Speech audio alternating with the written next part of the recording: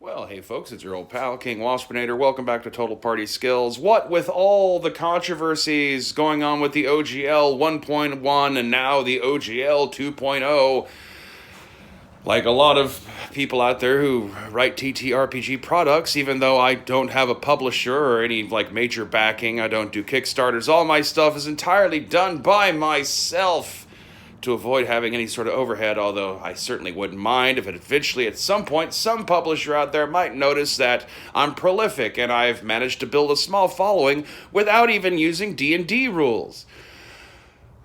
But before all this OGL stuff had happened, back in 2021 when I first started putting stuff out, I wrote like 23 books in 1 year, which was quite a bit. The vast bulk of them using my own system to create a bunch of different core rule books so I could start spooling out source books for periodically and build little followings among and see which one rises to the top as actually being popular, so on and so forth, yada, yada, yada, yakety schmackety.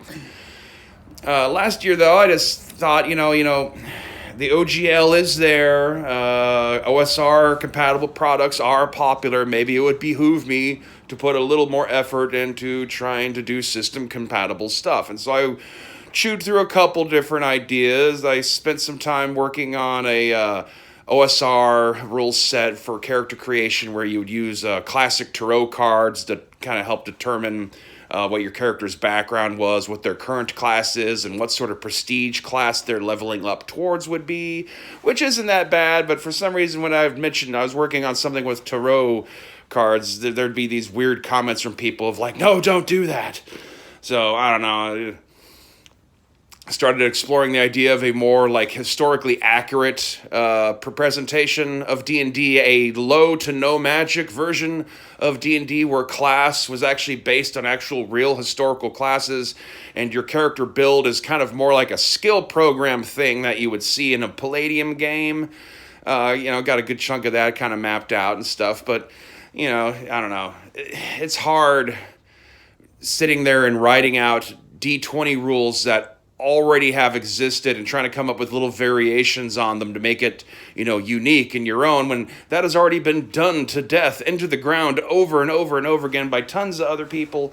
The one I finally settled on and I put something out for is had the idea of why not a shark attack movie OSR? It's a nice simple scenario. You could build a couple of really solid one-shot adventures or a really short limited series campaign, ripping off all sorts of stuff from Jaws to Sharknado.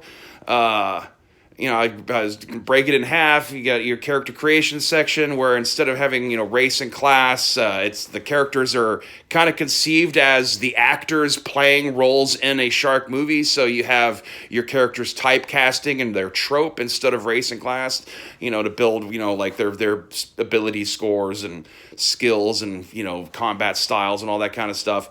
And eventually I was going to have an executive production guide where I was going to just kind of give some just basic overviews of like what kind of, scenarios you could build around shark themed stuff.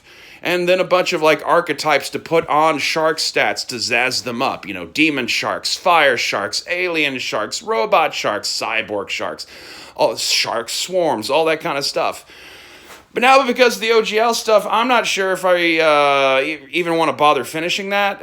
The character creation section, like you as a DM, if you come across it, you know what shark movies are like and how to come up with a shark adventure. So you should be able to figure that out on your own without me having to hold your hand through the whole process. So as a product, it's still useful because it's compatible with OSR and D&D editions and all that. You can real easily jury rig it onto your game and all that kind of stuff. But I really just don't really feel. I was already kind of iffy about the whole writing OSR and OGL related products anyway, and all this stuff really makes me feel less inclined to do so. Also, in spite of what everyone keeps saying to me, I can't help but notice when just looking at my own sales figures that my original works that are based on my own rule system sell way better than the OSR products I have put out. So, I don't know how to take that, but right now I'm working on a new source book for Pax Luporum, which is not my best-selling game, but I actually think low-key is actually the most serious game I've written in terms of like not having some sort of gimmicky, snarky, tongue-in-cheek kind of scenario running on top of it, like Amazon Time Barbarians or Escape from Planet Matriarchy and all that kind of stuff. And just kind of plod forward from there. Like I said, I just put out a setting neutral rules book, which I've had some requests for.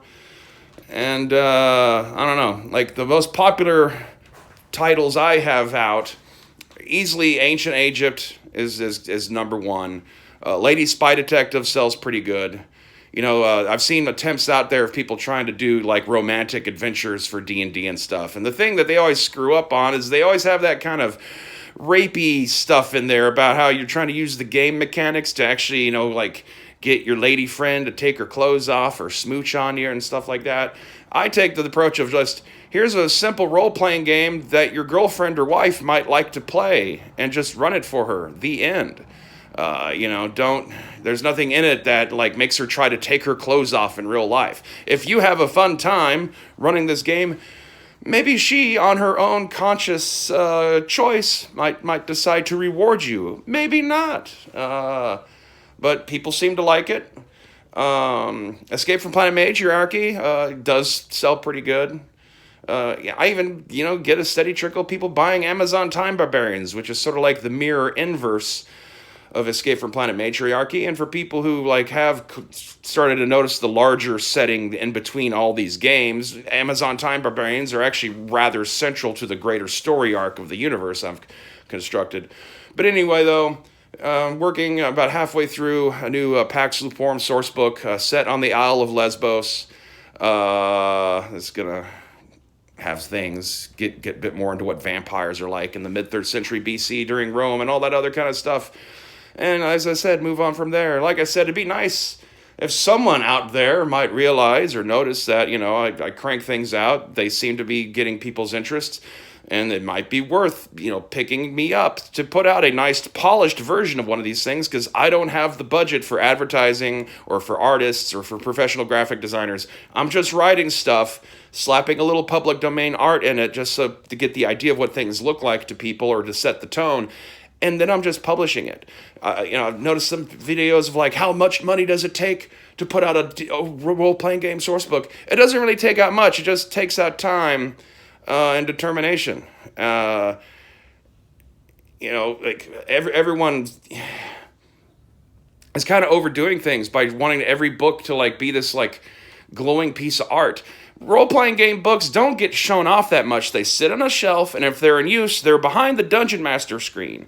So unless you really need to be holding the book up so you can show the players what things look like, the art is kind of just really just there for inspiration anyway, but the meat of that sandwich is the actual text, the setting, flavor, the rules, all that kind of stuff, and that is what my stuff is selling you. And my customers are dungeon masters and game masters. I'm not particularly worried about the players for now, but I guess my overall plan is just what it has been, to just still plug away at building an audience and building a reputation. Eventually, someday, someone might notice that they might like to make money helping me make money. And until then, stay waspinated.